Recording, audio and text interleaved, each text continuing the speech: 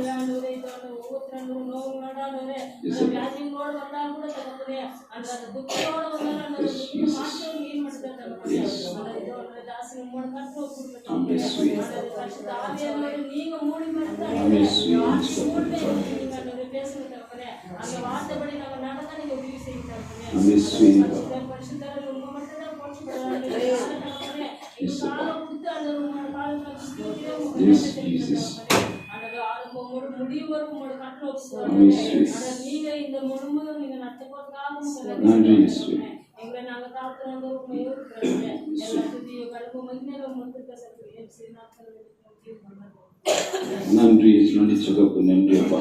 விடுதலை நாயகன் பாடலை பாடலும் தெரிஞ்ச பாடலும் கரங்களை தட்டி விடுதலை நாயகனை நமக்கு வெற்றி தருவாராக என்று உற்சாகத்திருப்பார். விடுதலை நாயகன் வெற்றியை தருகிறார், எனக்குள்ளே இருக்கிறார், என்ன ஆனந்தம்.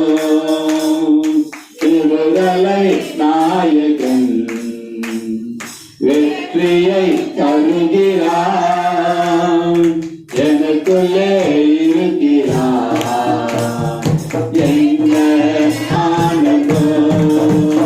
நான் பாடி பாடி மகிழ்வேன்,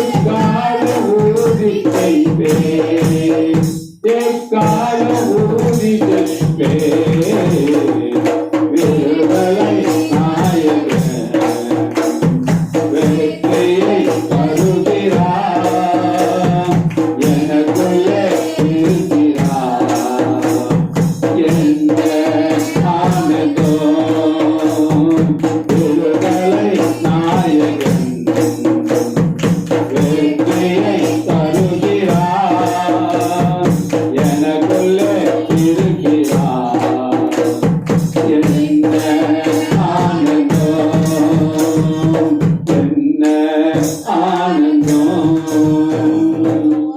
ஹல்லேலூயா.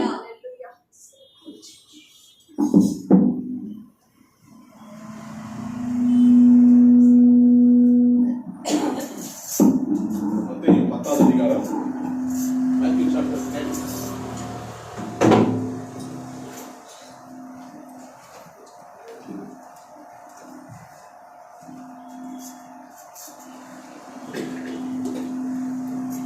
அழகா சொல்றாரு.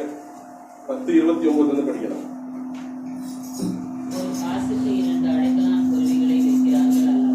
ஒரு காசுக்கு 2 அடைக்கலான் குருவிகளை விற்கிறார்கள் அல்லவா? ஆயினும் உன் பிதாவின் சித்தத்தின்படி அது ஒன்றாகிலும் தரையிலே விழாது. உங்கள் தலையில் உள்ள மயிரெல்லாம் எண்ணப்பட்டிருக்கிறது. தலையில இருக்கிற முடியெல்லாம் எண்ணப்பட்டிருக்கு கர்த்தர் சொன்னார். ஆதலால் பயப்படாதிருங்கள். அநேக அடைக்கலான் குருவிகளை பார்க்கிலும் நீங்கள் விசேஷித்தவர்களாய் இருக்கிறீர்கள் வசனம் சொல்லுது. அல்லேலூயா. அப்ப நம்ம யாரா இருக்கிறோம்? விசேஷித்தவர்களாய் இருக்கிறோம். புரியுங்களா? அந்த அடைக்கலான் குருவிகளுக்கும் நமக்கு என்ன வித்தியாசம் நம்ம பார்க்கலாம் மெசேஜ்ல இல்ல. ஆனா இப்ப ஆண்டவரோட ஆராதனை நம்ம கண்கள் எல்லாம் கண்களை முடியும். ஆண்டவர் செய்த நன்மைகளுக்காக, அவர் யாரா இருக்கிறாரோ அதற்காக, அவர் செய்த எல்லாவற்றுக்கும் அவருக்கு நம்ம நன்றி செலுத்தலாம்.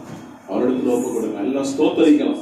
அவரை ஸ்தோத்தரிக்கலாம். அவர் செய்த அற்புதங்கள், அவர் செய்த அடையாளங்கள், அவர் செய்த எல்லாவற்றுக்கும் அவருக்கு நன்றி செலுத்தலாம். எல்லாம் கண்களை மூடி குரல்களை உயர்த்தி நம்ம எல்லாம் பலத்தோட முழு பலத்தோட ஆண்டவர் நம்ம என்னென்ன செஞ்சிருக்கிறார், இந்த வாரம்தான் நம்மளை பாதுகாத்தார், நம்ம தூங்கி எந்திரிக்கும்படி, உணவு கொடுக்கும்படி, அநேக வழியிலையும் அநேக இடத்துலயும் நாம் அநேக பயணத்திலையும் நம்மளோட இருந்து இந்த உலகத்துல வர எல்லா பிரச்சனைகளும் விலக்கி நம்மள ஆண்டவர் பாதுகாத்து இந்த சண்டே ஆராதனைகள் நம்மளை கொண்டு வந்திருக்கிறார். இந்த நாளில் அவரிடத்துல ஒப்பு கொடுக்கலாம். நன்றி செலுத்துறோம் ராஜா. ஸ்தோத்தரிக்கிறோம், ஸ்தோத்தரிக்கிறோம். நீர் என் கண்மலையா இருக்கிறீர் ராஜா. அப்பா, உலையான சேற்றிலிருந்து எங்களை தூக்கி எடுத்த தேவன் ராஜா. நன்றி செலுத்துகிறோம் ராஜா. நானோ என் அப்பா வீடோ என்னவென்று தாவீது சொன்னார். ஆனா நீரோ என்னை அழைத்து நீ ராஜா வைத்திருக்கிறீர் என்று தாவீது சொன்னார். ஒரு ஆடு மேய்க்கிறோன நீ ராஜாவாக மாற்றி நீ ராஜா. இந்த வேலையில எங்களை ஒப்பு கொடுக்கிறோம் அப்பா. இந்த வேலையில எங்களை ஒப்பு கொடுக்கிறோம். தரமுட்ட தாழ்த்துகிறோம் ராஜா. நாங்க சிறுகவும் நீர் பெருக வேண்டும் ராஜா. நாம மகிமைப்பட நேசுவே. இந்த வேலையில எங்களை ஒப்பு கொடுத்து நாங்க ஜெபிக்கிறோம். நன்றி செலுத்துகிறோம். நீர் நல்லவர் என்று நாங்கள் ருசித்து பார்க்கும்படி ஒப்பு கொடுக்கிறோம். Thank you Jesus. Praise you Father. இயேசு நல்லவர், இயேசு வல்லவர், என்றென்றும் மாறாதவர். அவர் என்றென்றும் மாறாதவர். இயேசு நல்லவர், இயேசு வல்லவர், என்றென்றும் மாறாதவர். அவர் என்றென்றும் மாறாதவர்.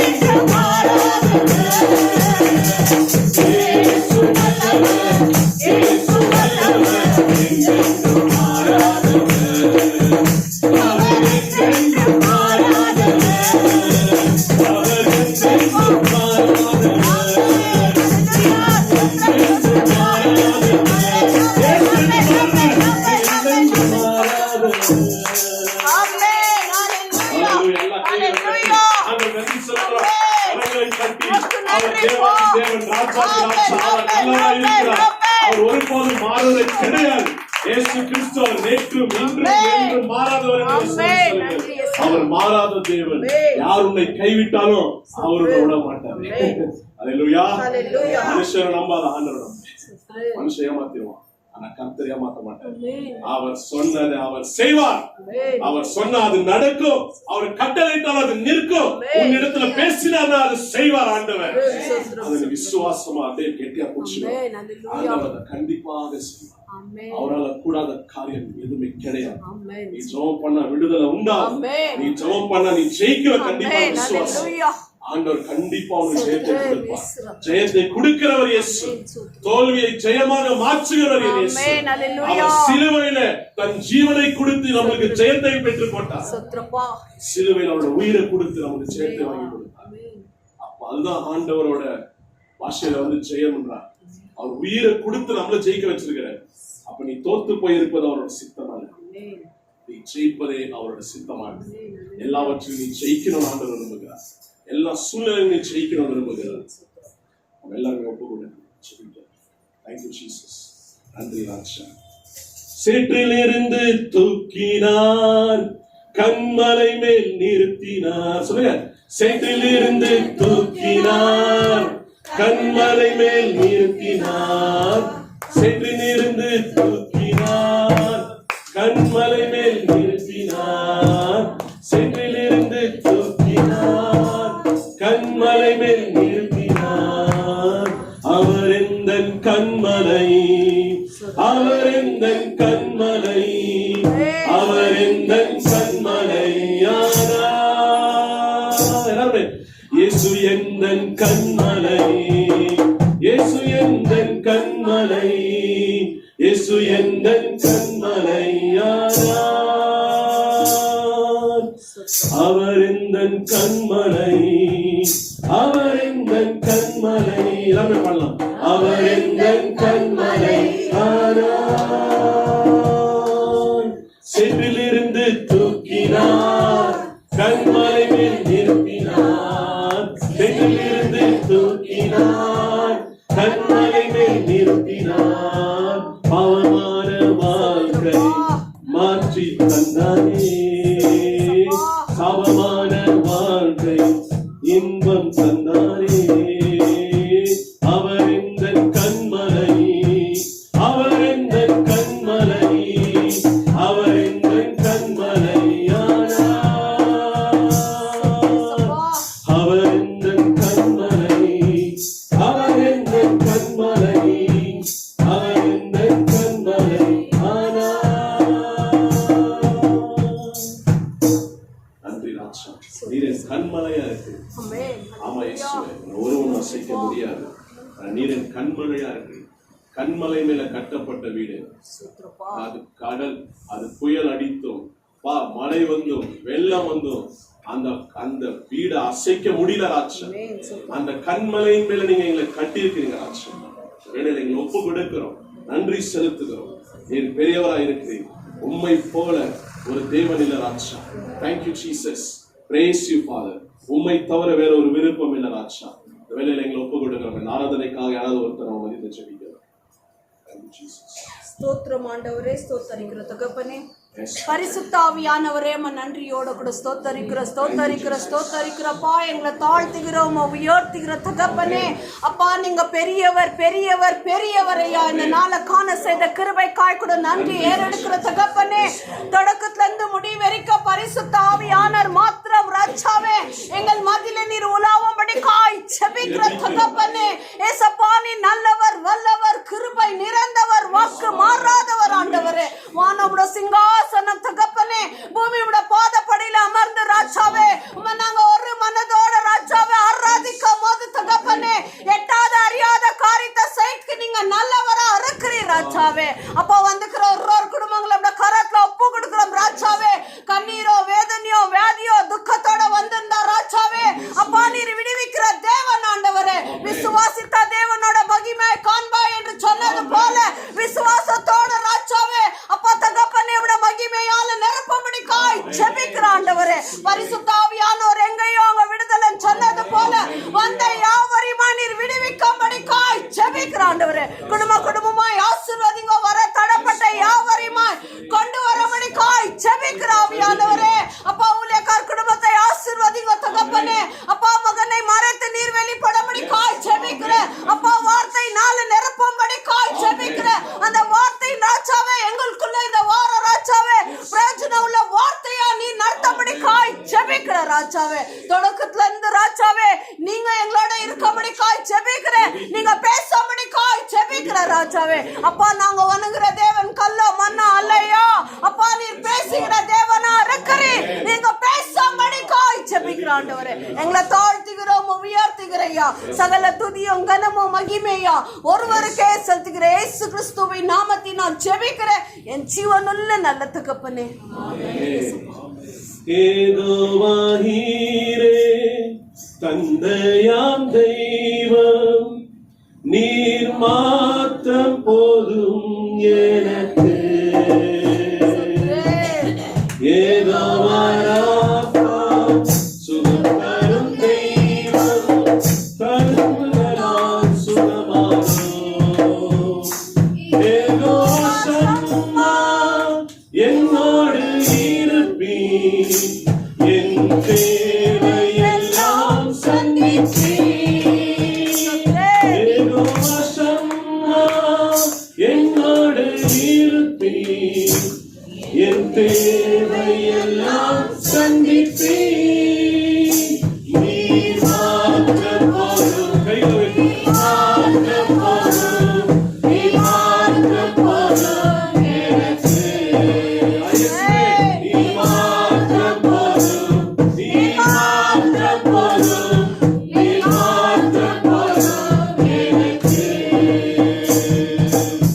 ஏகோவா எலோஹிம், சிருஷ்டிப்பின் தேவனே, வார்த்தையால் உருவாக்கினீர். ஏகோவா பரிசுத்தர், உன்னத நீரே, உம்மைப் போல வேறு தேவனில்லை.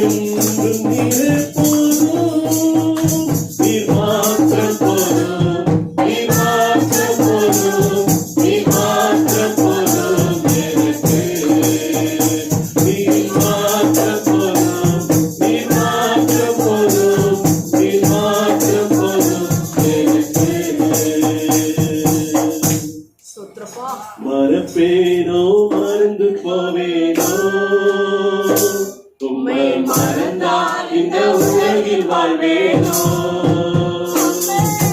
மறப்பேனோ மறந்து போவேனோ, உம்மை மறந்தால் இந்த உலகில் வாழ்வேனோ, நான் நிற்பதோ நிர்மூலமாகாததோ உங்கள் திருமகன், உங்கள் திருமகன். நான் நிற்பதோ நிர்மூலமாகாததோ உங்கள் திருமகன், உங்கள் திருமகன். நன்றி நன்றி ஐயா, நன்றி நன்றி ஐயா, நன்றி நன்றி ஐயா, நன்றி நன்றி ஐயா. மறப்பேனோ மறந்து போவேனோ, மறந்தால் இந்த உலகில் வாழ்வேனோ, மறப்பேனோ மறந்து போவேனோ, மறந்தால் இந்த உலகில் வாழ்வேனோ. என் வாழ்வில் நீர் செய்த எண்ணில்லா நன்மைகள் ஆயிரம் பதினாயிரம் அதற்கு மேலடா. என் வாழ்வில் நீர் செய்த எண்ணில்லா நன்மைகள் ஆயிரம் பதினாயிரம் அதற்கு மேலடா. ஆயிரம் பதினாயிரம் அதற்கு மேலடா. ஆயிரம் பதினாயிரம் அதற்கு மேலடா. உம்மை மறவேனான், உம்மை மறவேனான் என் இயேசையா, உம்மை மறவேனான் என் வாழ்வினில் என்னை நினைத்தீரே. என் இயேசையா, உம்மை மறவேனான் என் வாழ்வினில் என்னை நினைத்தீரே. ஆபத்து காலத்தில் அரணான கோட்டையோ கண்மலையும் மீட்பரோ நீதானையா. ஆபத்து காலத்தில் அரணான கோட்டையோ கண்மலையும் மீட்பரோ நீதானையா. கண்மலையும் மீட்பரோ நீதானையா. கண்மலையும் மீட்பரோ நீதானையா. உம்மை மறவேனான், உம்மை மறவேனான் என் இயேசையா, உம்மை மறவேனான் என் வாழ்வினில் என்னை நினைத்தீரே. என் இயேசையா, உம்மை மறவேனான் என் வாழ்வினில் என்னை நினைத்தீரே. மறந்திடுவாரோ என்னை வெறுத்திடுவாரோ, மறந்திடுவாரோ என்னை வெறுத்திடுவாரோ. நீ நம்பினவர் கைவிட மாட்டார், உன் நம்பிக்கையை விட்டு விடாதே. உன் நம்பினவர் கைவிட மாட்டார். தாய் கூட பிள்ளைகளை மறந்து போகலாம், சிங்கம் கூட குட்டிகளை பட்டினி போடலாம். தாய் கூட பிள்ளைகளை மறந்து போகலாம், சிங்கம் கூட குட்டிகளை பட்டினி போடலாம். தாயினும் மேலாக அன்பு வைத்தவர்,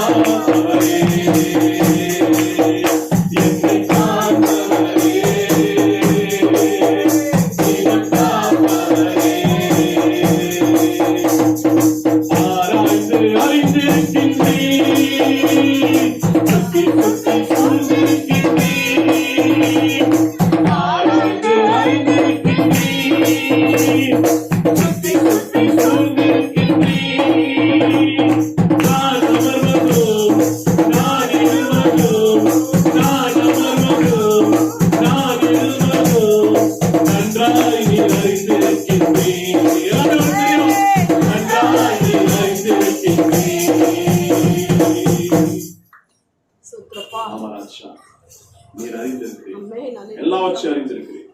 உமது கண்ணுக்கு மறைவா எந்த காரியமும் இல்லை. இந்த வேலையில ஒப்புக் கொடுக்கிறோம். நீங்க எழுந்தருளும் கர்த்தாவே, எழுந்தருளும் கை தூக்கி என்னை நிறுத்தும். சொல்லுங்க, கர்த்தாவே எழுந்தருளும் கை தூக்கி என்னை நிறுத்தும். தீயவனை சுடத்தேரா, தீயவனை சுடத்தேரா, தூயவனே ரட்சியா.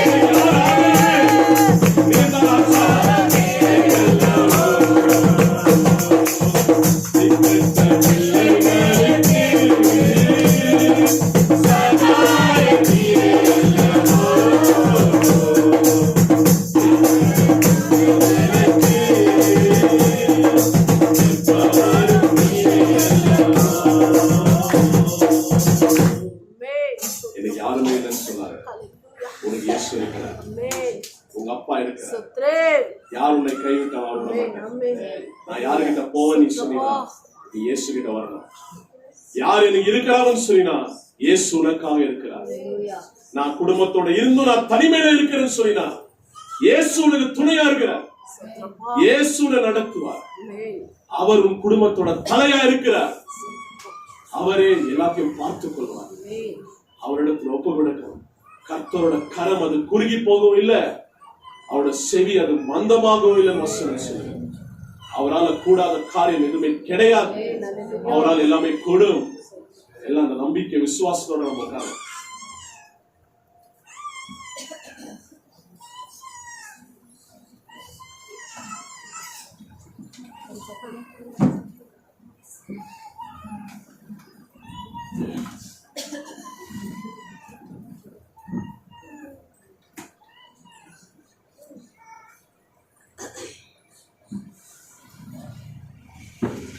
இடத்துல வெள்ளிக்கிழமை சுபம் நடக்கும் 7:30 மணிக்கு.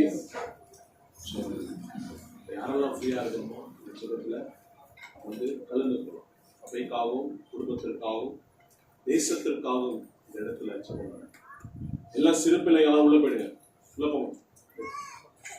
யாரெல்லாம் சின்ன பசங்க தெரியுமா? வெளியே போட்டு சின்ன பசங்களாம் உள்ள வாங்க. எல்லாம்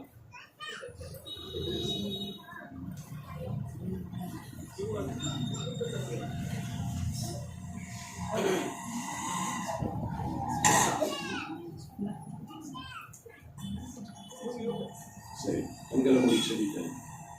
இயேசப்பா, இந்த ஜெப வேலை கொடுத்தமைக்காக நன்றி. என்னோட பலம் அல்ல, உங்களோட பலத்திலேயே எல்லாமே செயல்படலாம். என் கிருபை உனக்கு போதும் என்று சொல்லி அப்பா, உன்னோட பலவீனத்தில் என்னோட பலமோ அது பூரணமாய் விளங்கும் என்று சொல்லி எங்களை மறைத்து அடியனை மறைத்து நீர் பேசும்படி இந்த வேலையில ஒப்பு கொடுக்க ஜெபிக்கிற.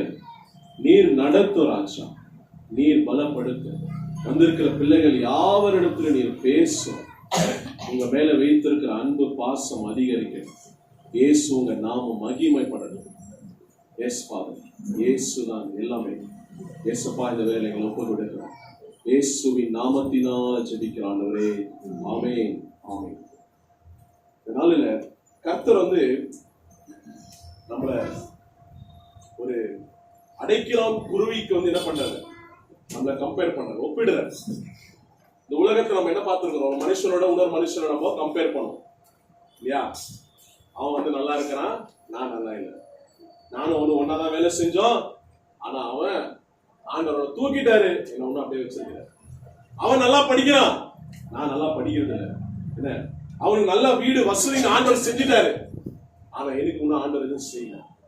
நம்மள என்ன பண்ணுவோம்? மனுஷர்களா இருக்கிறோம், மனுஷங்களோட தான் நம்மளை கம்பேர் பண்ணுவோம்.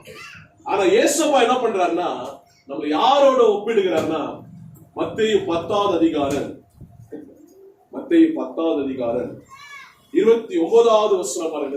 10:29 10:29 கன்னடாலையும் படிங்க, அதே போல தமிழையும் படிக்கலாம். கன்னடால கேட்கலாம். 10:29 ஒரு காசுக்கு 2 அடைக்கலான் குருவிகளை விற்கிறாங்களாம்.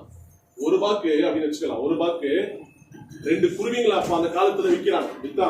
இப்பெல்லாம் குருவி யாரும் கூண்டோட போயிட்டு விற்கல. குருவியை நம்ம பாக்குறதே ரொம்ப பெருசாயிட்டு இருக்குது. நான் பார்த்து ரொம்ப நாள் ஆகுது. நீங்க எல்லாம் பார்த்துருக்கீங்களான்னு தெரியல. இப்ப சிட்டில எதுதான் இல்லைன்னு தெரியல குருவிங்கெல்லாம் இல்லையா? எல்லாம் இந்த பொல்யூஷன் என்ன பண்ணிச்சு, எல்லாம் குருவிங்க குறைஞ்சிச்சு.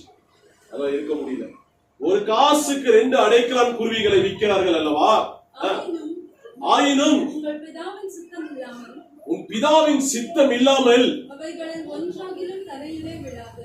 ஒரே அந்த ஒரு காசுக்கு ஒரு பாக்கு வாங்குற 2 அடைக்கலான் குருவிங்களே அப்பாவோட சித்தம் இல்லாம கீழே விழுவாங்க. அல்லேலூயா. எங்க அப்பா பரலோகத்துக்கு பர்மிஷன் கொடுக்கணும். ஒரு உயிர் போகவும், ஒருத்தர் நல்லா இருக்கணும், எல்லாத்தையும் செய்யவும் பரலோகத்துல இருக்கிற தகப்பன் தான் முடிவு செய்கிறார். அது ஒரு பாக்கு வாங்கின குருவியா இருக்கலாம், இல்ல அவனோட ரத்தத்தை கொடுத்து உன்னை வாங்கிட்டாருன்னு கர்த்தர் சொல்ற. ஒரு பாக்கு வாங்கின 2 குருவியா ஆண்டோட சித்தம் இல்லாம அது கீழே வந்து சாவுறதுலனா அப்ப உனக்கு ஏதாவது ஆயிடுமா? நீ பயப்படுறியா? அந்த மாதிரி ஆகுமா?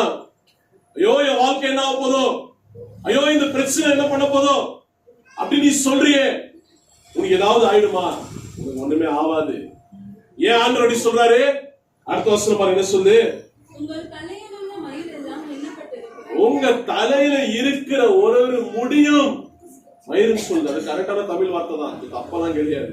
நிறைய பேர் அதை கெட்ட வார்த்தை, ஆனா பைபிள்ல எழுதி இருந்தா அது கரெக்டான வார்த்தை தான். என்ன ஆனா நம்ம அதை கொஞ்சம் மாத்தி சொல்ற முடியும் இல்லையா? ஒரு தலையில இருக்கிற முடியெல்லாம் அது எண்ணப்பட்டிருக்குதா? யாராவது என்ன முடியுமா தலையில இருக்கிற முடி என்னன்னு? நீ காத்தால நீ தலைவாரி எவ்வளவு முடி கீழே கொட்டுச்சு தெரியுமா? ஆனா பைபிள் சொல்லு, அப்போ ஒரு நாளும் ஆண்டவர் நீ கண்ணாடி முன்னாடி தலை வரும் போது முடி கீழே விழுவது பாரு, அந்த கணக்கை தூக்கி வச்சுட்டு இன்னைக்கு எவ்வளவு முடி இருக்குதுன்னு எழுந்து வரான். நடுக்குதா? நடுக்கும். ஒரு நாள் நீ ஆண்டவர் போகும்போது உன் தலையில இவ்வளவு முடி இருக்குது நீ கேட்கலாம். அந்த மாதிரி உன்னை அவர் அக்கறை உள்ளவரா, அன்புள்ளவரா, உன்னை அவர் நேசிக்கிறார். அல்லேலூயா. அதுதான் இயேசு. உன் தலையில இருக்கிற ஒரு முடியும் எண்ணப்பட்டிருக்குது.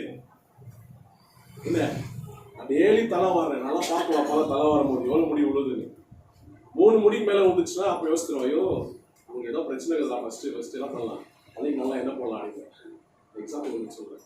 இல்ல ஆனா அப்பயே ஆண்டவர் பேசுவார், இன்னைக்கு 3 முடி வந்துச்சுன்னா நேற்று எவ்வளவு எழுதி வச்சுன்னா அதை மைனஸ் பண்ணிடுவார். என்ன அப்போ ஒரு நாளும் என் தலையில இருக்கிற முடியும் எண்ணப்பட்டு ஆண்டவருக்கு தெரியும். அந்த அளவுக்கு ஆண்டவர் உன்னை தெரிஞ்சு வச்சிருக்கிறார். நீ யாரா இருக்கிற, நீ எந்த மாதிரி ஆளு, நீ என் புள்ள, உனக்கு என்ன கஷ்டம் வரும், என்ன கஷ்டத்துல இருக்கிற, என்ன கண்ணீர்ல இருக்கிற, என்ன பிரச்சனையில இருக்கிற, எனக்கு எல்லாமே தெரியும் ஆண்டவர் சொல்றாரு. அல்லேலூயா. உன் உடம்புல என்ன வியாதி இருக்குது எனக்கு தெரியும். நீ இதை ஜெயிக்க மாட்டேங்க எனக்கு தெரியும். ஆண்டவருக்கு எல்லாமே தெரியும். அவருக்கு தெரியாத விஷயம் எதுவுமே கிடையாது. உன் வீட்டுல என்ன பிரச்சனை ஓடி இருக்குதுன்னு ஆண்டவருக்கு தெரியும். ஆண்டவர் உன் கண்ணீரை பார்த்திருக்கிறாரு. ஆண்டவர் நீ அழுவதை பார்த்திருக்கிற. ஆண்டவர் நீ போராட்டத்துல கதறுவதை பார்த்திருக்கிற. அவர் உன்னை கைவிட மாட்டார். அல்லேலூயா. கைகளை தட்டி என் தலையில இருக்கிற ஒவ்வொரு முடியும் எண்ணப்படுது. ஆண்டவரே என்னை நேசிக்கிறதுக்காக நான் நன்றி சொல்றேன். நன்றி சொல்றேன். ஆண்டவர் சொன்னார் தலையில இருக்கிற ஒவ்வொரு முடியும் எண்ணப்பட்டிருக்குது. இப்ப பார் அடுத்த வசனம் 31 என்ன சொல்லுது? ஆதலால் பயப்படாதிருங்கள். பயப்படாதே. எந்த சூழ்நிலைக்கும் பயப்படாதே. நீ எந்த மாதிரி நிலைமையில இருக்கிற பயப்படாதே. பிசாசு வந்து உன்னை என்ன பண்ணுவான்? சோதிக்குவான். ஐயோ நீ ஆண்டவர்கிட்ட வரல, உனக்கு என்ன பிரச்சனை வருது பாரு. உன்னை என்ன பண்ணுவான்? நீ பைபிள் எடுக்கல, நீ செபிக்கல, என்ன பண்றான் பாரு உன்னை அப்படின்னு சொல்லி என்ன பண்ணுவான்? பயம் காட்டுவான். என்ன பண்ணுவான்? ஆண்டவரோட தூரமாக்க ட்ரை பண்ணுவான். ஆனா பைபிள் சொல்லுது நீ பயப்படாதே.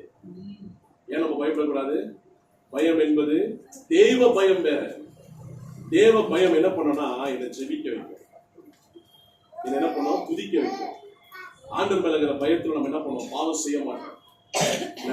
ஐயோ என் ஆண்டவர் என்ன பாத்துக்கிறார் நம்ம தூரம் போயிடுவோம். ஆனா இந்த பயம், நான் சொல்லுகிற பயம் எப்படின்னா அது எப்படி இருக்கும்னா அது தொந்தரவு கொடுக்கிற ஒரு விஷயமா இருக்கு. பாருங்க அது என்ன சொல்றாங்க ஆண்டவர். அந்த வசனத்துக்கு திருப்பி வரலாம். 1 யோவான் 4வது அதிகாரம் அந்த பயத்தை குறித்து ஆண்டவர் சொல்றாரு பாருங்க. 1 யோவான் 4வது அதிகாரம் 18வது வசனம். அன்பிலே பயம் இல்லை, பூரண அன்பு பயத்தை தூர தள்ளும், பயமானது வேதனை உள்ளது. அல்லேலூயா. பயம் என்ன பண்ணுதுன்னா வேதனை கொடுக்குது. அநேக வாட்டி நம்ம என்ன பண்றோம்? ஒரு நாளெல்லாம் அழுதுனுவோம், ஒரு நாளெல்லாம் கண்ணீர் விட்டுனுவோம், நினைச்சு பேதாரில இருக்கும், வேதனையிலே இருக்கும். ஏன்னா பயமானது வேதனை கொடுக்கும். ஏன் நீ அழுற? ஏன் நீ பயப்படுற? நீ நினைச்சுக்கிற இந்த விஷயம் என் கை மீறி போயிடுச்சு ஆண்டவரே, இந்த விஷயம் என் தலைக்கு மேல போயிடுச்சு ஆண்டவரே, யார் நினைச்சாலும் என்னை காப்பாற்ற முடியாது. அந்த விஷயத்தை தான் ஆண்டவர் எடுக்க சொல்ற. தேவனால கூடாதது எதுவுமே கிடையாது. அப்படி படிக்க வசனம் ஆயிடுச்சா? என்ன சொன்னாரு? பயப்படுகிறவன் அன்பில் பூரணப்பட்டவன் அல்ல. அப்படின்னா இயேசு என்ன நேசிக்கிறாருன்னு அவன் நம்பல. ஃபர்ஸ்ட் ஒரு விசுவாசி என்ன நம்பணும்னா நான் என்னவா இருக்கிறனோ எப்படியா இருக்கிறனோ இயேசு என்ன நேசிக்கிறார். அல்லேலூயா. இதுதான் ஒரு உண்மையான தகப்பனுக்கு அழகு. என் நிலைமை எதுவா இருந்தாலும் என் ஆண்டவர் என்னை நேசிக்கிறாரு, கண்டிப்பா கண்டிக்குவார் நீ அவரோட பிள்ளையா இருந்தா. ஆனா அதே அளவு, அதே நேசம், அதே பாசம் உன்னை விட்டு போகாது. பிசாசு என்ன பண்றான்னா அவர் கண்டிக்கிறத மட்டும் உனக்கு காட்டி ஆண்டவர் வந்து தண்டிக்கிறார் பாரு, உன்னை ஒதுக்குறாரு பாருன்னு சொல்லுவான். அவரோட அன்பு, அதை நம்ம தெரிஞ்சுக்கணும். இந்த அன்பு நம்மளை விட்டு மாறுதே கிடையாது. அவரோட அன்பு என்னைக்குமே நம்மளை விட்டு போகாது. நம்மளை நேசிக்கிறதுனால தான் தேவனோட ஒரே குமாரனாகிய இயேசுவை சிலுவையில பலி கொடுத்தார். அவர் ரத்தத்தை சிந்தி நம்மளை வாங்கி கொண்டார். விலை கொடுத்த ஆண்டவர் வாங்கிட்டாரு. அடைக்கலான் குருவிக்கு ₹1 கொடுத்தாரு. ஆனா உனக்கும் எனக்கும் இயேசு கிறிஸ்து தேவாதி தேவன், ராஜாதி ராஜா, கர்த்தாதி கர்த்தா, பரலோகத்தை ஆள்கிறவர், சகல சிருஷ்டிகளை உண்டாக்கினவர், அவர் உயிரோட இருக்கிறவர், உயிர் தெழுந்தவர். அவர் தன்னுடைய ரத்தத்தை சிந்தினார். ரத்தத்தை சிந்த விட்டார். ஒரே ஒரு டிராப் கூட இல்ல, எல்லாத்தையும் சிந்திட்டார் கொல்கத்தா மலையில. ஏன்? நம்ம எல்லாருமே அவர் நேசிக்கணும். நம்மள அவர் நேசிக்கிறபடியால் அவர் சிந்தின ரத்தம் என்னை கொல்கத்தா மலையில ஆண்டவர் வாங்கிட்டார். கல்வாரியில் என்ன வாங்கிட்டார். அது வரைக்கும் பிசாசோட கையில இருந்தேன், அது வரைக்கும் அவரோட வல்லமை கீழ இருந்தேன். ஆனா எப்ப அவர் ரத்தம் சிந்தினாரோ, கொஞ்சம் கொஞ்சமா ரத்தம் சிந்த சிந்த சிந்த சிந்த இந்த உலகத்துல பிசாசோட தலையை நசுக்கி அவனோட சகல வல்லமைகளையும் உறிந்து கொண்டார் சிலுவையில். அதன் மேல் வெற்றி சிறந்தார், ஜெயிச்சாரு சிலுவையில. சிலுவை என்பது இப்போ கோல்டு செயினா மாறி இருக்கலாம், இப்போ ஒரு உடல்ல இருக்கலாம், இப்போ நம்ம கழுத்துல ஒரு தாலி செயினா இருக்கலாம். ஆனா சிலுவை என்பது ஒரு தண்டனை யாருக்கு கொடுக்கப்படனா, அந்த சிலுவை மரணம் என்பது ஒரு குற்றவாளிகளுக்கு கொடுக்கப்படும், ஒரு கொலைகாரர்களுக்கு கொடுக்கப்படும். அத்தையின் ஆண்டவர் சிலுவையில அந்த அவமான சின்னத்தை இன்னைக்கு வெற்றியின் சின்னமாய் அவர் மாற்றி இருக்கிறார் பாரு. அல்லேலூயா. அதே மாதிரி தான் உன்னை அவமான சின்னமாய் பிசாசு வைக்கிறான்னு நினைக்கிறான்ல, உன்னை வெற்றியின் சின்னமா இயேசு மாற்றுவார். கைகளை தட்டி நன்றி சொல்லு. ஒரு அவமான சின்னமான சிலுவையை வெற்றியின் சின்னமாய் மாத்தினார்னா என்ன? அவமான சின்னமாய் பிசாசு எப்பவுமே வச்சுக்கிறான் நினைக்கிறான். ஆனா வெற்றியின் சின்னமாய் இந்த உலகத்துல பிரகாசிக்க போறேன். அல்லேலூயா. உன்னை அவமானப்படுத்தி, வெட்கப்படுத்தி, துக்கப்படுத்தி உன்னை எல்லாரும் முன்னாடி ஓட விடுவான். ஆனாலும் இயேசு என்னமா பண்ணுவாரு?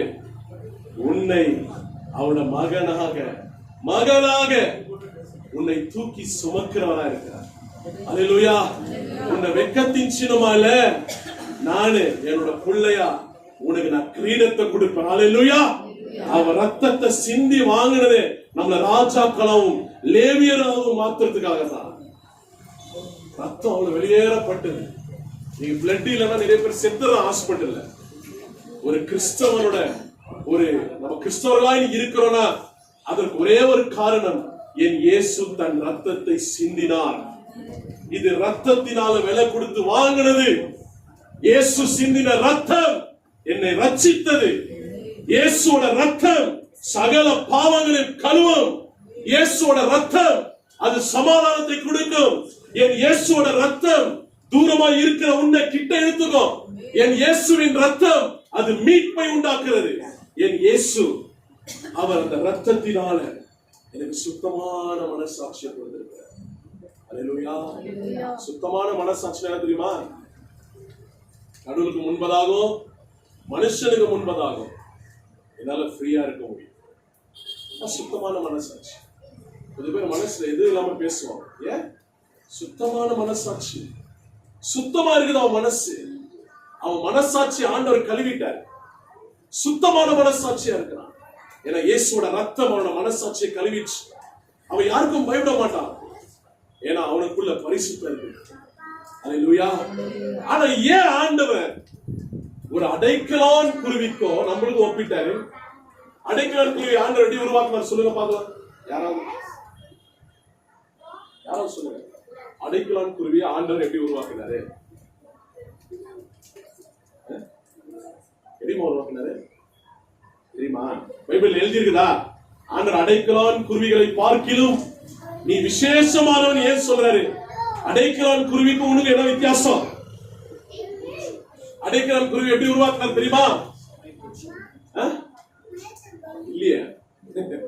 ஆதியாகமம் 2வது அதிகாரம் எல்லாம் பைபிள்ல தான் இருக்கு.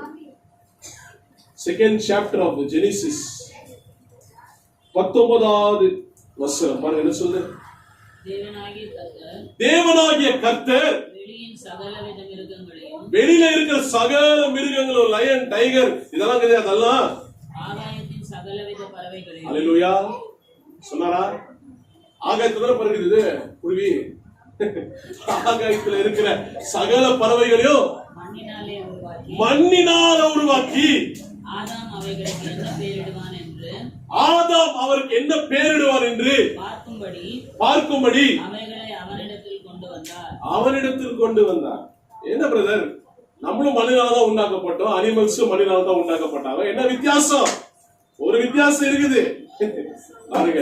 2வது அதிகாரம் 7வது வசனம் இப்ப பாருங்க.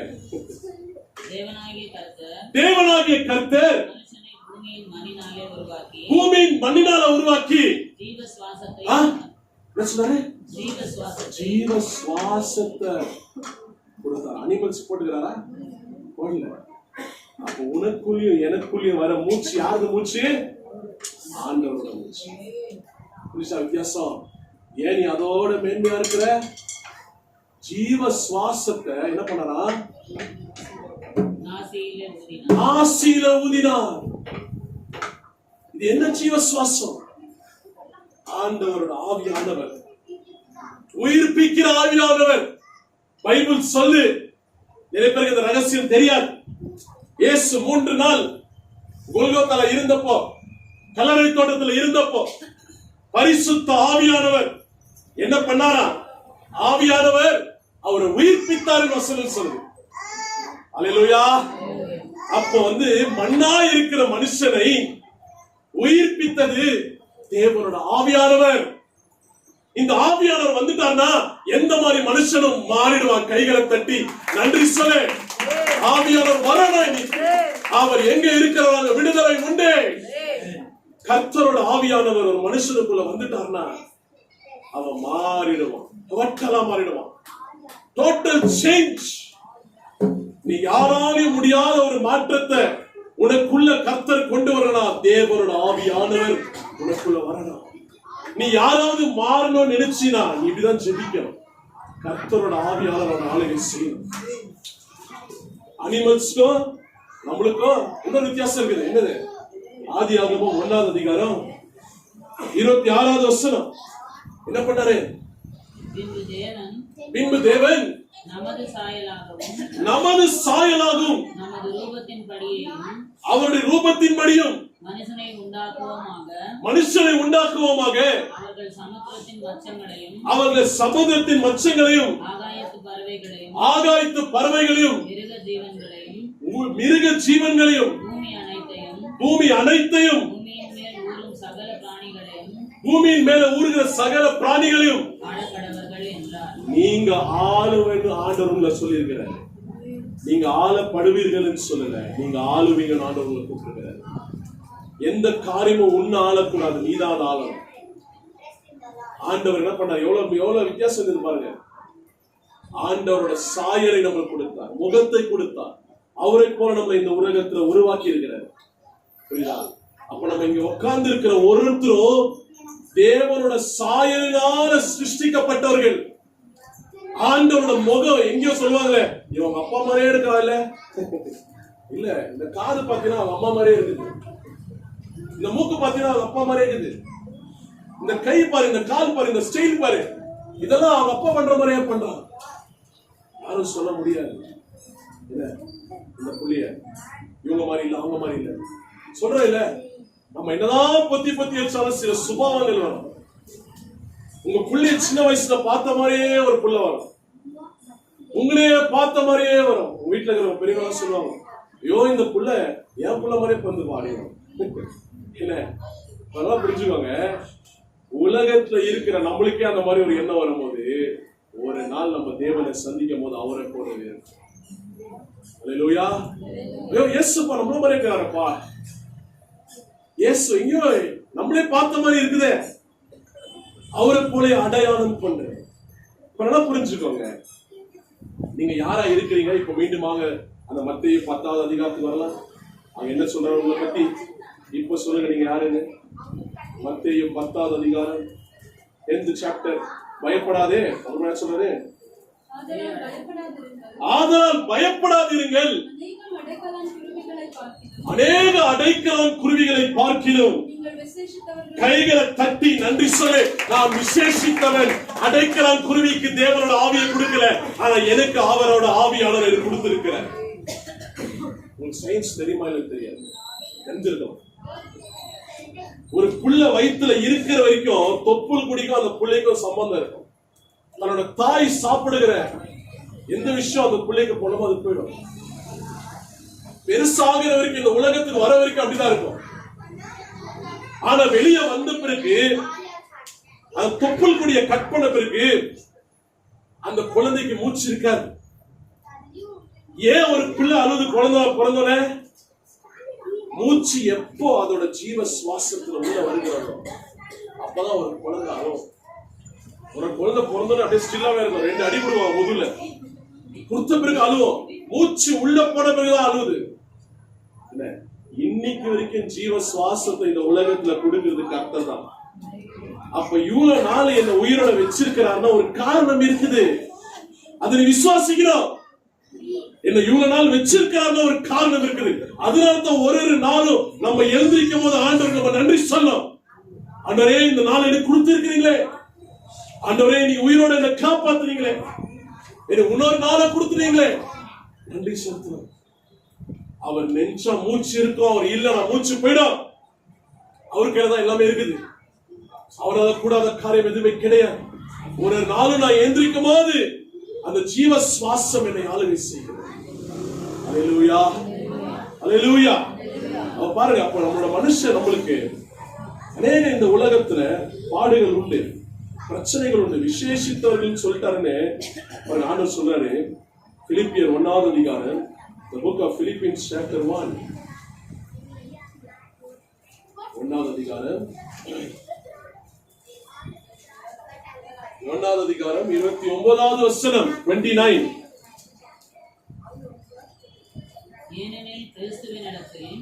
ஏனெனில் கிறிஸ்துவின் இடத்தில் உன்னை விசுவாசிக்கிறதுக்காக மட்டும் ஆண்டவர் கூப்பிடல, அவர் நிமித்தமாக பாடுபடுறதுக்கும் உங்களுக்கு அருளப்பட்டிருக்கிறது கொடுத்துட்டார் ஆண்டவரத்தை. பாடுகள் வாரம் சொல்லினா நீ கிறிஸ்தவனா இருக்க முடியாது.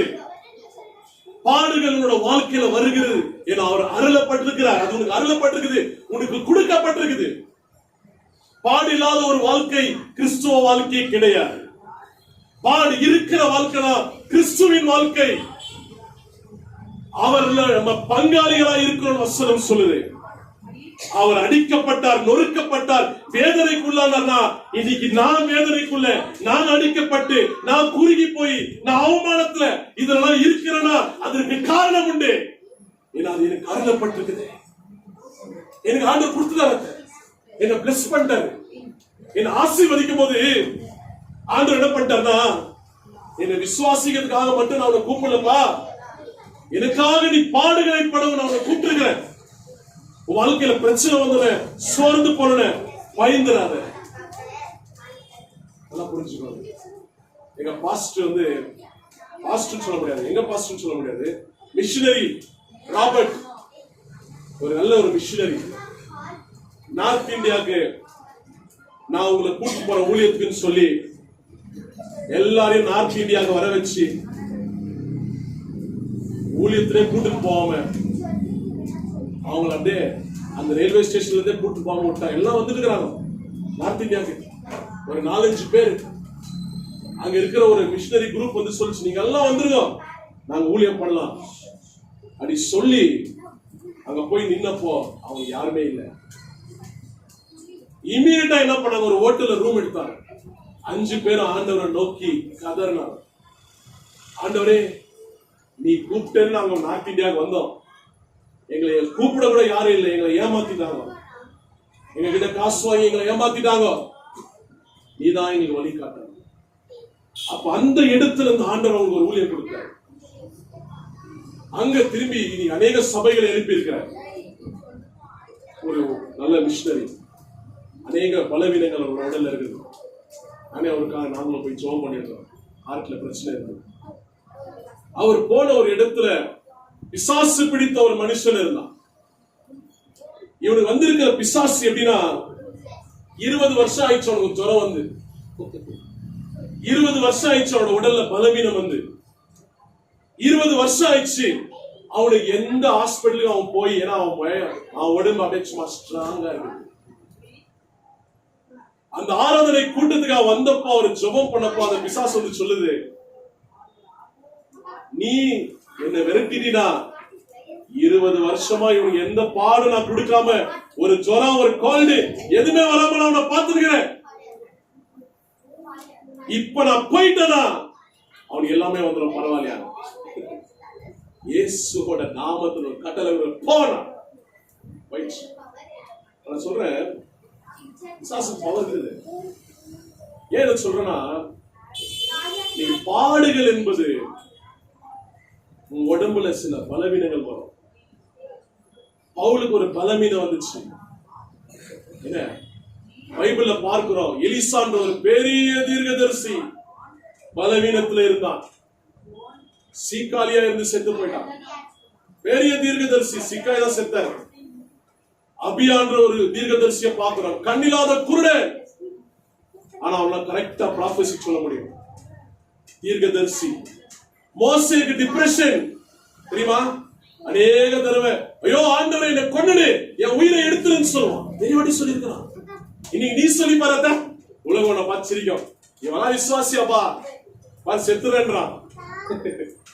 பைபிள் இருக்குதுங்க, நான் போய் சொல்ல. மோசே அநேக தடவை ஆண்டவரே என் உயிரை எடுத்துரு.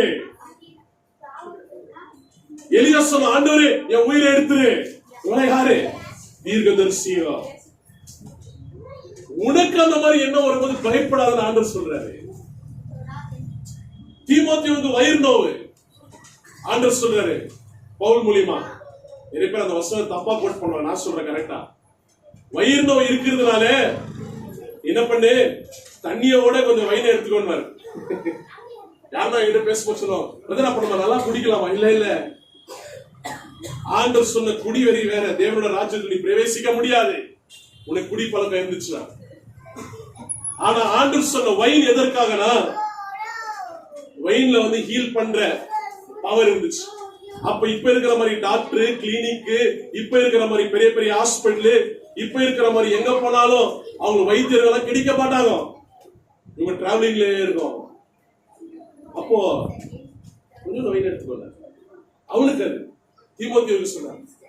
அப்போ ஆண்டவரோட பாடுகள்ல நம்மளுக்கு ஷேர் இருக்கு, அருளப்பட்டிருக்கு. பலவீனம் நம்மளுக்கு வரும், வந்தே வரும். வரலன்னா பிரச்சனை, வந்தே வரணும்.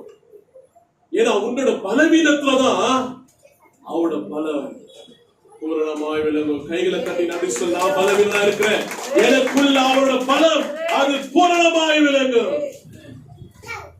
ஆர்டினரி மேன்ன்றதுக்கு அதுதான் அடையாளம். ஆர்டினரி மேனா இருக்கிறது அதுதான் அடையாளம். நான் மனுஷன்றதுக்கு அதுதான் அடையாளம். இந்த உலகத்துல இருக்கிற வரைக்கும் பாவம் நம்மளை சூழும். இந்த உலகத்துல இருக்கிற வரைக்கும் சில நோய்கள் இந்த உலகத்துல இருக்கிறது, அது நம்ம டச் பண்ணோம். இந்த வேர்ல்டுல இருக்கிற வரைக்கும், ஏன்னா பரலோகத்துல ஆண்டவர் சொல்லிட்டாரு உனக்கு கண்ணீரே இல்ல. பரலோகத்துல ஆண்டவர் சொல்லிட்டாரு உனக்கு வேதனை இல்ல. அப்ப இந்த உலகத்துல வேதனை வருதுன்னா டிஸ்கரேஜ் ஆயிடாத. இந்த உலகத்துல என் உடம்புல பலவீனம் இருக்குதுன்னா டிஸ்கரேஜ் ஆயிடாத, சந்தோஷப்படு. ஆண்டவர் உன்னை அவரோட பாத்திரவானாய் மாறி இருக்கிறார், பங்காளியா வச்சிருக்கிறார். இந்த உடம்புல அந்த நோய் வருதுன்னா அதுக்கு ஒரு காரணம் இருக்கு. ஏன்னா அவரோட நான் இணைந்தவனா இருக்கிறேன். அல்லேலூயா. பாருங்க, அப்போ நமக்கு என்ன வருது? 1 கொரிந்தியர் 10வது அதிகாரம், the book of 1 Corinthians chapter 10. என்ன சொல்றார் ஆண்டவர்? 10வது அதிகாரம் 13வது வசனம் பாருங்க என்ன சொல்றார். மனுஷருக்கு நேரிடுகிற சோதனையே அல்லாமல் மனுஷனுக்கு நேரிடுகிற சோதனை அல்லாமல் வேற சோதனை உங்களுக்கு நேரிடவில்லை. வேற ஒரு சோதனை உனக்கு வரலப்பா. தேவன் உண்மை உள்ளவராய் இருக்கிறார். தேவன் உண்மை உள்ளவராய் இருக்கிறார். அல்லேலூயா. உங்கள் திராணிக்கு மேலாக உங்க பலத்துக்கு மேல நீங்கள் சோதிக்கப்படுகிறதற்கு நீங்க சோதிக்கப்படுறதுக்கு அவர் இடம் கொடாமல் சோதனையை தாங்கத்தக்கதாக சோதனையோடு கூட தப்பி செல்லுகிற ஒரு போக்கை அவர் உண்டாக்குவார். அல்லேலூயா. கைகளை தட்டி நன்றி சொல்லு. நான் சோதனை ஆண்டவருக்கு தெரியும் என்கிட்ட எவ்வளவு பவர் இருக்குது, எவ்வளவு ஸ்பிரிச்சுவல் பவர் இருக்குது ஆண்டவருக்கு தெரியும். இந்த சோதனை என் மகளுக்கோ என் மகனுக்கோ நான் அனுப்பிச்சனா அவன் இதை மேற்கொள்வானா மேற்கொள்ள மாட்டானா ஆண்டவருக்கு தெரியும். தெரிஞ்சுதான் என்ன பண்றாரு, உன்னை செலக்ட் பண்றாரு, உனக்கு அதை அனுப்புகிறார். உனக்கு அந்த சோதனை வரும்போது உன்னோட பலத்துல இல்ல அவனோட பலத்துல போராடு. நீ எவ்வளவு பவர்ஃபுல்லா இருக்கிறன்னு உனக்கே தெரியாது. அப்ப உனக்கு வருதுன்னா சந்தோஷப்படு. சோதனை வருதுன்னா சந்தோஷப்படு. நீங்க யாரெல்லாம் சோதிக்கப்படுறீங்க, நீங்க எல்லாம் ஆண்டோட வழியில நடந்துருக்கீங்கன்னு அர்த்தம்.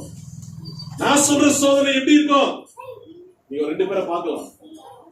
எப்படி தேவனால சோதிக்கப்பட்டவர்கள் எப்படி இருப்பார்கள் என்ன அப்படியே நம்ம பைபிளை திருப்பலாம். ஆதியாகமம் 21வது அதிகாரம், the book of Genesis chapter 22 22 1வது வசனம். இந்த காரியங்கள் நடந்த பின்பு தேவன் ஆபிரகாமை சோதித்தார். அல்லேலூயா. உன்னை பேர் சொல்றாங்க ஆண்டவர் சோதிக்க மாட்டார். தேவன் ஆபிரகாமை சோதிச்சாரு. நீ ஒரு ஊழியக்காரன் ஆகணும்னா, நீ ஆண்டோட புள்ளியா இருக்கணும்னா உன்னோட வாழ்க்கையில உன்னை ஆண்டவர் சோதனை பண்ணுவாரு. ஆதாம் அவர் தான் சோதிச்சாரு, எலிசாவை அவர் தான் சோதிச்சார், மோசே அவர் தான் சோதனை பண்ணார், என்ன இயேசு அவர் தான் சோதனை கொடுத்தாரு. சோதனை அனுமதிக்கிறாரு, அலோ பண்றாரு. என்ன பண்ணாரா, ஆபிரகாமை சோதிச்சார். எதற்காக சோதிச்சார், என்ன பண்ணாரு,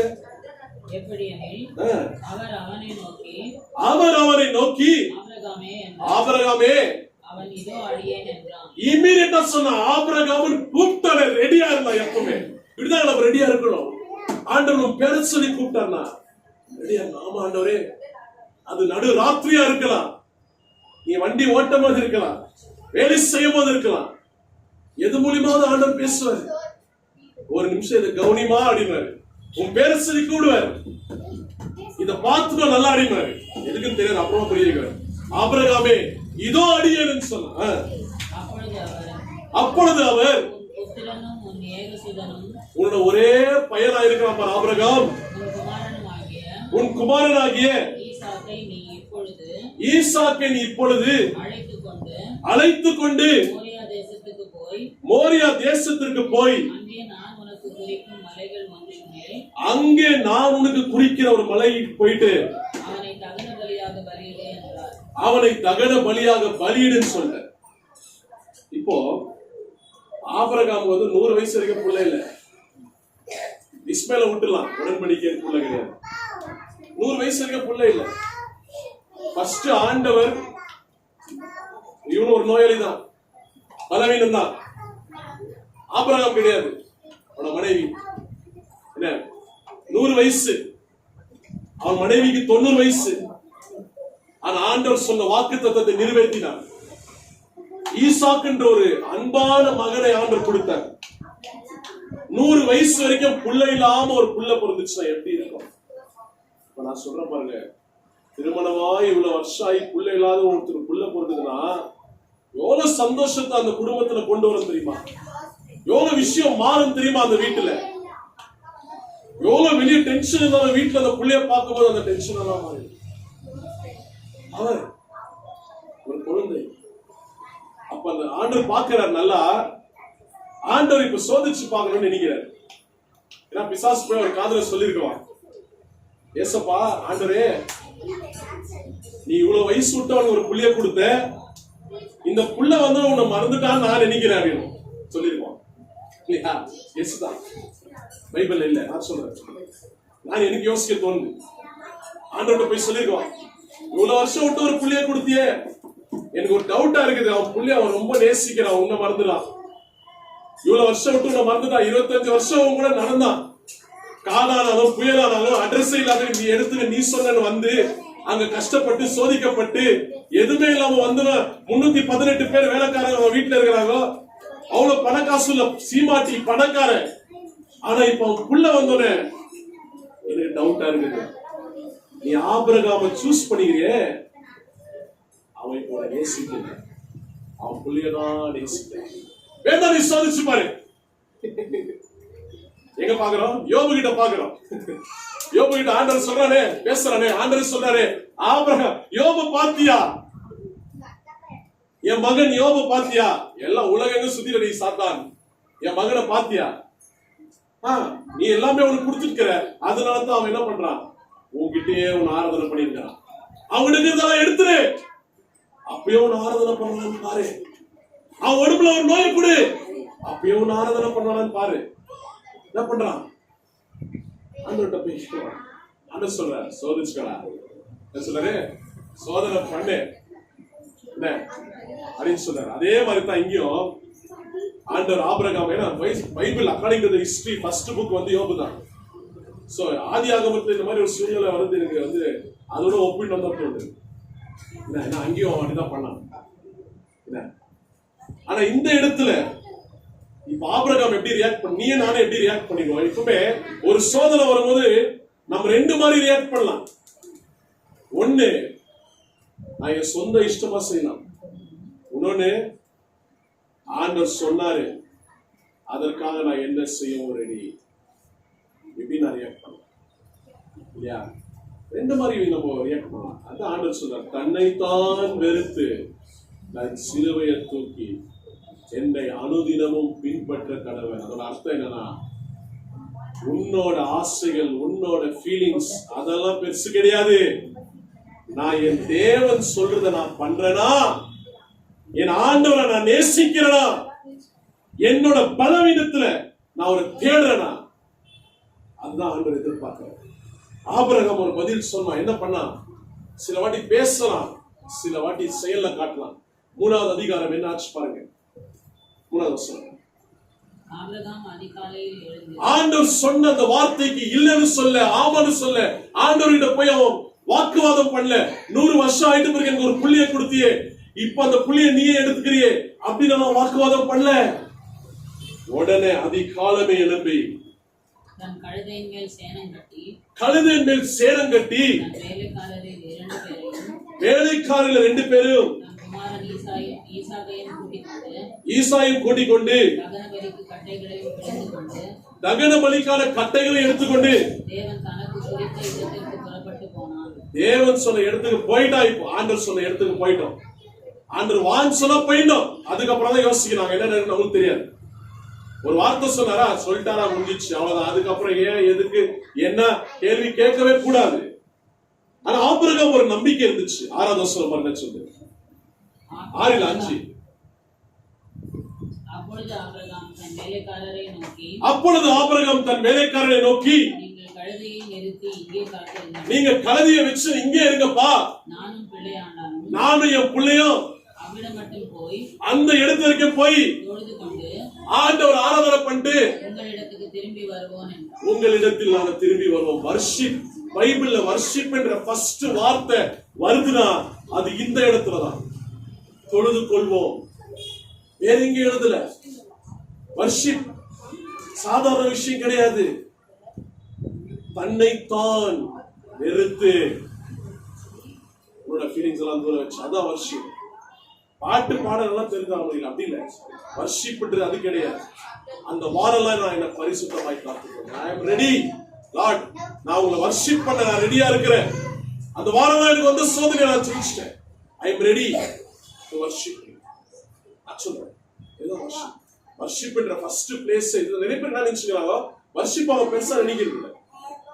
வர்ஷிப் என்ன நினைக்கிற, ஒரு பாட்டு பாடுற இடம், அது ஒரு பாடல் பாடுது நினைச்சு. இல்ல இல்ல இல்ல, ஆபிரகாம் என்ன சொன்ன, நான் தொழுது கொள்ளுகிறேன், நானும் பிள்ளையாண்டாலும் போய் தொழுது கொள்ளுகிறோம். நீங்கெல்லாம் இங்கே இருக்கோம். ரொம்ப பெரிய விஷயம். ஆபிரகாம் என்ன பண்ணிட்டான்? வேலைக்காரங்களாம் துரத்திட்டான். இப்ப ஈசாக்க கொண்டு போயிட்டான். மலை மேல கொண்டு போய் வெறுகெல்லாம் அடுக்கி வச்சுட்டான். அடுக்கி வச்சுட்டு ஈசாக்க அந்த வெறுகு மேல ஏத்தினான். ஈசாக்க கட்டி போட்டான். கட்டி போட்டு அடுத்த வசனம் பாருங்க என்ன சொல்லுது? 10வது வசனம். பின்பு ஆபிரகாம் தன் குமாரனை வெட்டும்படிக்கு தன் சொந்த புள்ளன்னு பார்க்காம கத்திய தூக்கி கழுத்துக்கிட்ட கொண்டு போனான். வெட்டில ஆண்டவர் சொன்ன மாதிரி இதுதான் வைராக்கியம். ஹல்லேலூயா. கஷ்டம். சொந்த புள்ளைய பலி கொடுக்கணுமா? முடியுமா? ரொம்ப கஷ்டம். நீங்க நம்ம நிறைய பேரு நம்ம புள்ளைங்களை நம்ம கிட்டே வச்சுங்கிறதுல தப்பு கிடையாது. ஆனா அவன் தப்பு பண்ணும் போது அவனை உணர்த்தணும். ஈசாக்கு என்ன பண்ணிட்டான்? ஆபிரகாம் பலிபீடத்துல வச்சுட்டான். நீ உன் புள்ளைய பலிபீடத்துல வச்சிரு. நீ பலிபீடத்துல வச்சிட்டா உயிர் போகாம ஆண்டவர் பாத்துக்குவாரு. ஹல்லேலூயா. அவன் உயிர் போகாது. கழுத்து வரைக்கும் இங்க வரைக்கும் வந்துச்சு கத்தி. இங்க வரைக்கும் வந்துச்சு கத்தி வந்துருச்சு. ஒரு பொருள் கேக்குது பாருங்க. இப்ப மேல என்ன சொல்ல? 10வது வசனம் ஃபுல்லா படிங்க.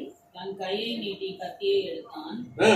அப்பொழுது கர்த்தருடைய தூதனானவர் தேவ தூதன் பேசினார் பரலோகத்திலிருந்து, வானத்திலிருந்து ஆபிரகாமே ஆபிரகாமே ஆபிரகாமே என்று கூப்பிட்டார். கூப்பிட்டு அவன் இதோ அடியேன் என்றான். இதோ அடியேன்.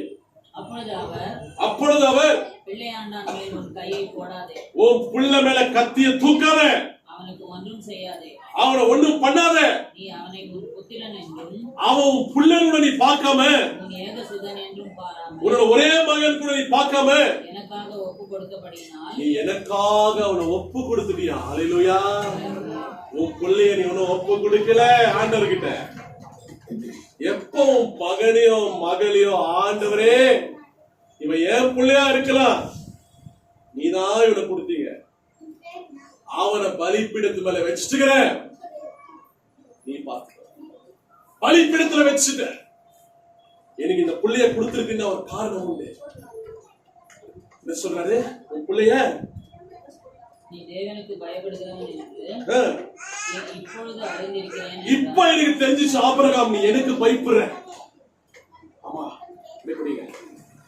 ஆபிரகாம் தன் கண்களை ஏறெடுத்து பார்க்கும்போது அவ்வளவுதான். என்ன சொல்றாரு? நீ எப்போ என் பிள்ளையா இருக்கிறன்னு இப்ப எனக்கு பயப்படுறன்னு தெரிஞ்சு போச்சு ஆபிரகாம். ஏன்னா உன் பிள்ளைய என்ன பண்ணிக்கிற, நீயே கண்ட்ரோல் பண்ணாம பலிபீடத்துல வச்சுட்ட. பலிபீடத்துல வச்சிரு உன் மகனை, பலிபீடத்துல வச்சிரு உன் மகளை.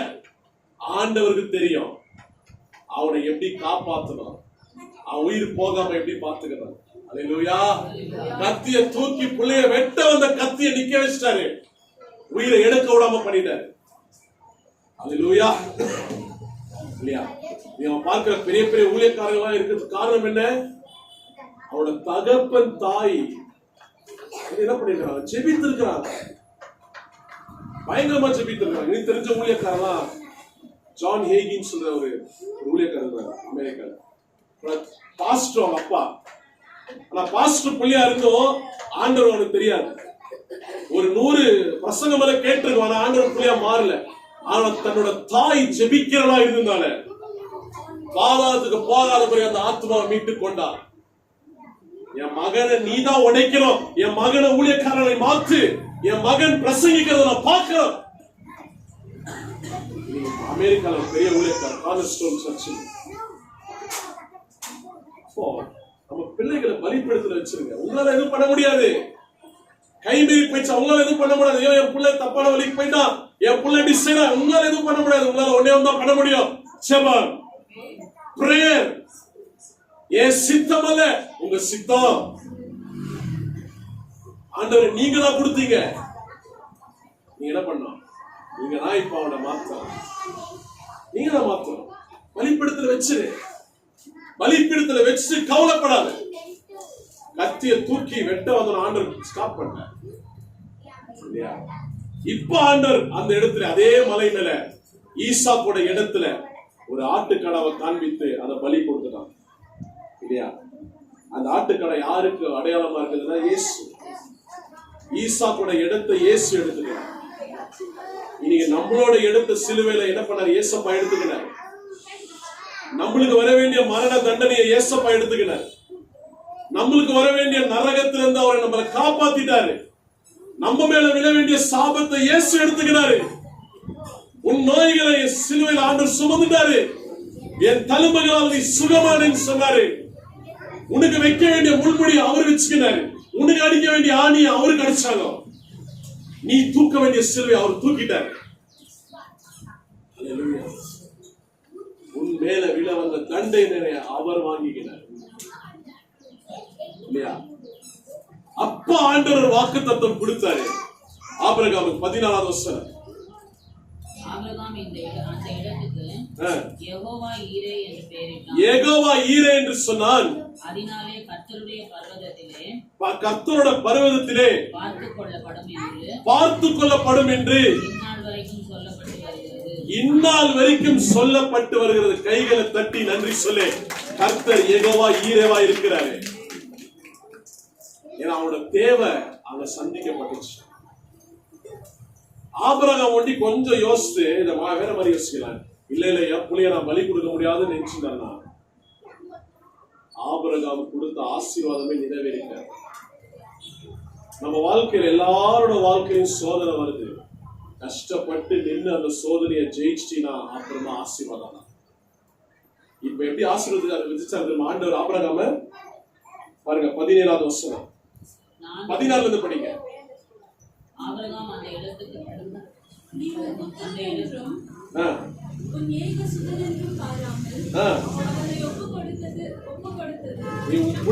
பார்க்காம அவனை ஒப்பு கொடுத்தியே. இந்த காரியத்தை நீ செய்தபடியால் நான் உன்னை ஆசீர்வதிக்கவே ஆசீர்வதித்து உன் சங்கதிய வானத்தின் நட்சத்திரங்களைப் போல கடற்கரை மணலைப் போல பெருகவே பெருக பண்ணுவேன். உன் சங்கதியார் தன் சத்துருக்களின் வாசல்களை சுதந்திரித்துக் கொள்வார்கள் என்று நீ என் சொல்லுக்கு கீழ்ப்படிந்தபடியால் உன் சங்கதியில இருக்கிற சகல ஜாதிகளும் ஒரே ஒருத்தர் ஆண்டவரோட வார்த்தைக்கு கீழ்ப்படித்ததற்காக நீ பார்க்கலாம். உன் சந்ததிகள் எல்லாம் கூட ஆசீர்வதிக்கப்பட்டுச்சு. ஒரே ஒரு வார்த்தை தான், ஜாஸ்தியெல்லாம் இல்ல. ஒரு வார்த்தைக்கு கீழ்ப்படிஞ்சாலே ஆண்டவர் சொல்லிட்டார், உன் எதிரிகளின் வாசல்களை நீ ஜெயிக்குவ, நீ ஆசீர்வதிக்கவே ஆசீர்வதிக்கப்படுவ. உன் நிமித்தமா உன்னோட சங்கதிகள் ஆசீர்வதிக்கப்படும். கைகளை தட்டி ஆண்டவர் நன்றி சொல்லலாம். நான் ஒரே ஒரு வார்த்தையை ஆண்டவர் கீழ்ப்படிஞ்சா போதும், என் சங்கதிகள் ஆசீர்வதிக்கப்படும். என் பிள்ளை எப்படி ஆண்டவரை ஆசீர்வாதமா இருக்கும் கேக்குறியா? நீ அவரோட வார்த்தை கீழ்ப்படிஞ்சா பிள்ளையோட வாழ்க்கை ஆசீர்வாதமா இருக்கும். நீங்க தகப்பன் தாயா நம்ம அவரோட வார்த்தைக்கு கீழ்ப்படிஞ்சா என் பிள்ளை ஆசீர்வதிக்கும். இவ்வளவு ஆண்டவர் எதிர்பார்க்கிற. நான் ஒரு வார்த்தைக்கு கீழ்ப்படியும் போது ஆண்டவர் என்ன பண்றாரு? ஆசீர்வதிக்கிறார். அல்லேலூயா. அப்ப பாருங்க, சோதனையை நம்ம என்ன பண்ணோம்? சோதனை வரும்போது அதை ஏற்றுக்கணும், பயப்படக்கூடாது. ஏன் சித்தம் அல்ல, உங்க சித்தம் ஆண்டவர்கிட்ட ஒப்பு கொடுக்கணும். அது நிமித்தமா நம்ம மட்டும் இல்ல, நம்மளோட சங்கதிகள் ஆசீர்வதிக்கும். அல்லேலூயா. ஆமென். பாருங்க, அத்த ஆண்டவர் சொல்றாரு. இமிடியேட்டா என்னாச்சு பாருங்க. 19வது வசனம். ஆபிரகாம் தன் வேலைக்காரரிடத்திற்கு திரும்பி வந்தான். சொன்ன மாதிரியே போயிட்டானா? சொன்னா வேலைக்காரங்க இங்கே இருக்கடா, நாங்க தொழுது போயிட்டு வரோம். அவன் சொன்ன வார்த்தையை ஆண்டவர் நிறைவேற்றினான். மீண்டுமா வேலைக்காரங்கிட்டே போயிட்டான். அவர்கள் எழுந்து புறப்பட்டு ஏகமாய் பெயர்செபாவுக்கு போனார்கள். ஆபிரகாம் பெயர்செபாவிலே குடியிருந்தான். அப்போ சோதிக்கப்படும் போது ரெண்டு விஷயம் வருது. ஒன்னு என்னோட மாம்சம், ஒன்னு தேவனோட சித்தம். என்னோட மாம்சத்தின்படி செய்யும் போது நான் ஜெயிக்க முடியாது சோதனை. அவனோட சித்தத்துக்கு நான் ஒப்பு கொடுக்கும் போது நான் அந்த சோதனையை ஜெயிச்சிருவேன். பேதுருவிட்ட ஆண்டவர் சொன்னாரு, என்ன 3 தடவை நீ மறுதலிப்பேன். பேதுரு சொன்ன, ஆண்டவரே ஜெயிலா இருந்தாலும் சரி, அது எந்த இடமா இருந்தாலும் சரி, நான் உங்களை விட்டு போகவே மாட்டேன். ஆனா என்ன ஆச்சு? மறுதலிச்சுட்டான். 3 தடவை மறுதலிச்சுட்டான். அப்ப இந்த மாம்சமானது பலவீனமானது. மாம்சம் எப்படிப்பட்டது? பலவீனமானது. நல்லா புரிஞ்சுக்கோ, மாம்சம் பலவீனம். ஆண்டவனை விட்டாரா? அவனை பின்தொடர்ந்து போனார். அவனை பின்தொடர்ந்து போய் அவனுக்கு கொடுத்த அழைப்பை நிறைவேற்றி. யூதாஸ் பாருங்க, 30 வெள்ளிக்காசுக்கு ஆண்டவரை காட்டி கொடுத்தான். அவனு சோதிக்கப்பட்டான். ஏன் சோதிக்கப்பட்டான் சொல்லுங்க? அவனுக்கு பண ஆசை இருந்துச்சு, சோதிக்கப்பட்டான். யாருக்காவது பண ஆசை இருந்தோ சோதிக்கப்படுவான். அவனுக்கு வந்த சோதனை கடவுள்கிட்ட இல்ல, பிசாசு. ஏன்னா அவன் இந்த உலகத்துல ஏதோ ஒரு விஷயத்தை பார்த்து ஆசைப்பட்டான். இந்த உலகத்துல ஏதோ ஒரு விஷயத்தை பார்த்து நீ ஆசைப்படும் போது, நல்ல விஷயத்தை ஆசைப்படும் போது இவன் இருதய விருப்பத்தை நான் நிறைவேற்றுகிறேன் ஆண்டவர் சொல்றாரு.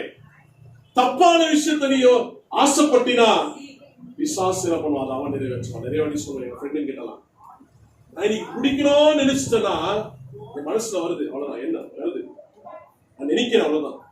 குடிக்கணும். நீ குடிக்கிறேன், ஏதோ ஒரு பிரச்சனை இருக்குது, நான் குடிக்கணும். குடிச்சாதான் இந்த டென்ஷன் மாறும். இமீடியட்டா ஒருத்தர் கால் பண்ணுவான், ஏய் வாடா, இங்க தான் இருக்கிற வா அப்படின்னு சொல்லி கொண்டு போயிடும். இமீடியட்டா ஒரு கால் வரும். இமீடியட்டா எங்க ஃப்ரெண்டு கிட்ட வருவாங்க, ஒரு 4 பேர் வருவாங்க. வந்து என்ன சொல்லுவாங்க, வாடா போலாம், நீங்க பார்ட்டி வச்சிருக்கிறான், நம்மளாம் போலாம் அப்படின்னு. யாரும் ஒருத்தர் வருவான். யூதாஸ் அப்படிதான் பண பொட்டி ஆண்டவர் அவங்ககிட்ட கொடுத்தாரு.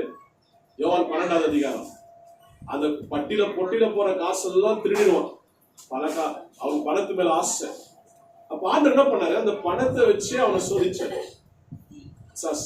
30 வெள்ளிக்காசுக்கு ஆண்டவர் என்ன பண்ணா? காட்டி கொடுக்கும்படி அவன் மாறி உயிரை விட்டுட்டான். ஆண்டவர் கிட்ட இருந்து வர சோதனை உன்னை ஆசீர்வதிக்க, பிசாசு கிட்ட உன்னோட ஆசைனால வர சோதனை உன்னை அழிச்சு. அதனாலதான் சொல்ற, தன்னைத்தான் வெறுத்து